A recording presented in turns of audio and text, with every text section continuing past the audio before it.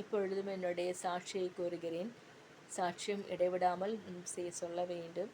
நம் வாழ்க்கையில் சாட்சியம் பகிர்ந்து கொள்வது அது ஆச்சரியமும் அது நமக்கு ஒரு உற்சாகத்தை அளிப்பதாக இருக்கும்.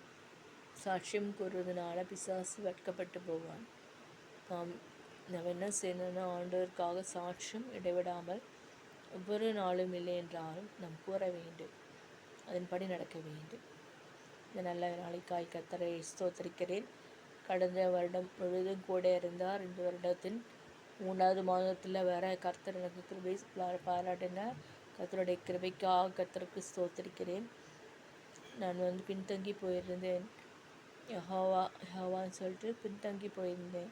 ஆனால் ஆண்டவர் என்னை ஏசப்பா தான் உண்மையில ஆண்டவர், ஏசாமி என்னை சொல்ல அப்படின்னு ஆண்டவர் என்னோட பேசுவதனால நான் பாடல்களும் வசனங்களும் ஜெபங்களும் செய்கிறேன். ஆகவே இந்த நாளிலும் கர்த்தர் என்னை இம்மட்டுமாய் காத்த இம்மானுவேல் தேவன் இயேசுவானவர் கூட இருந்தார். கூட இருந்ததற்கை கர்த்தரை ஸ்தோத்திரிக்கிறேன். கடந்து வந்த பாதைகளில் பார்ப்பீர்களானால் எல்லாம் ஒரு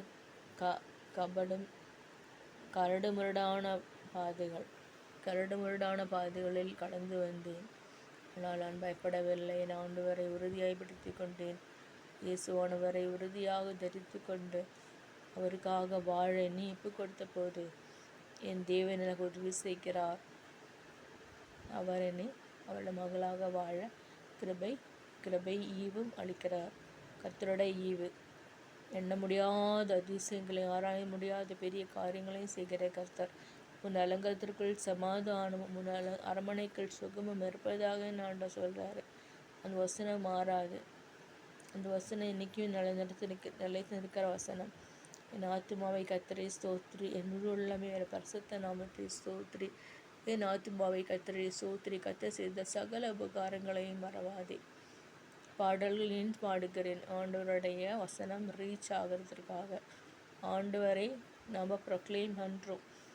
ப்ரொக்ளைம் பண்ணாதான் எங்கேயாவது ஆண்டவருடைய தொடுதல் உணர்ந்து அவர்களும் சொல்வார்கள், இயேசுவானவர் தான் எனக்கு எல்லாம் செய்கிறார் என்று சொல்வார்கள். இந்த வருகிற பாதையில் மிகுந்த கடுமையான தோல்விகளை, ஏமாற்றங்களும் இவற்றை கண்டு வருகிறேன். ஆனால் ஆண்டவர் சொல்றார், மகளே இந்த வழியில் நடன்னு சொல்றதுனால ஆண்டவருடைய வசனத்துக்கு கீழ்ப்படைந்து நான் வருகிறேன். உலக வேலைகள் ஒன்றும் வாய்க்கவில்லை, ஒரு வேலை கூட வாய்க்கவில்லை. ஆனால் ஆண்டவருடைய பணியை செய்து கொண்டு வருகிறேன். ஊழிய பணியை செய்து கொண்டு வருகிறேன். அதில் கர்த்தருக்கு ஸ்தோத்திரம் உண்டாவதாக. ஒவ்வொரு நாளும் நித்தமும் கர்த்தர் நடத்துகிறார். சுகபலன் ஆரோக்கியம் கர்த்தராகிய ஆண்டவர் தருவார்.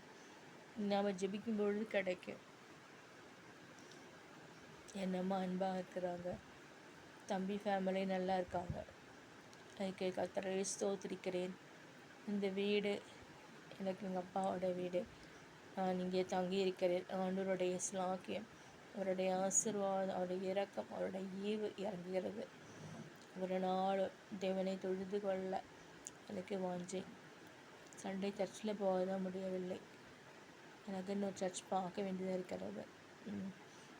கர்த்தர்னாலே காத்து கொள்ள எல் ரோயனை கண்டார். இம்மானுவேல் தேவன் கூட இருந்தார்.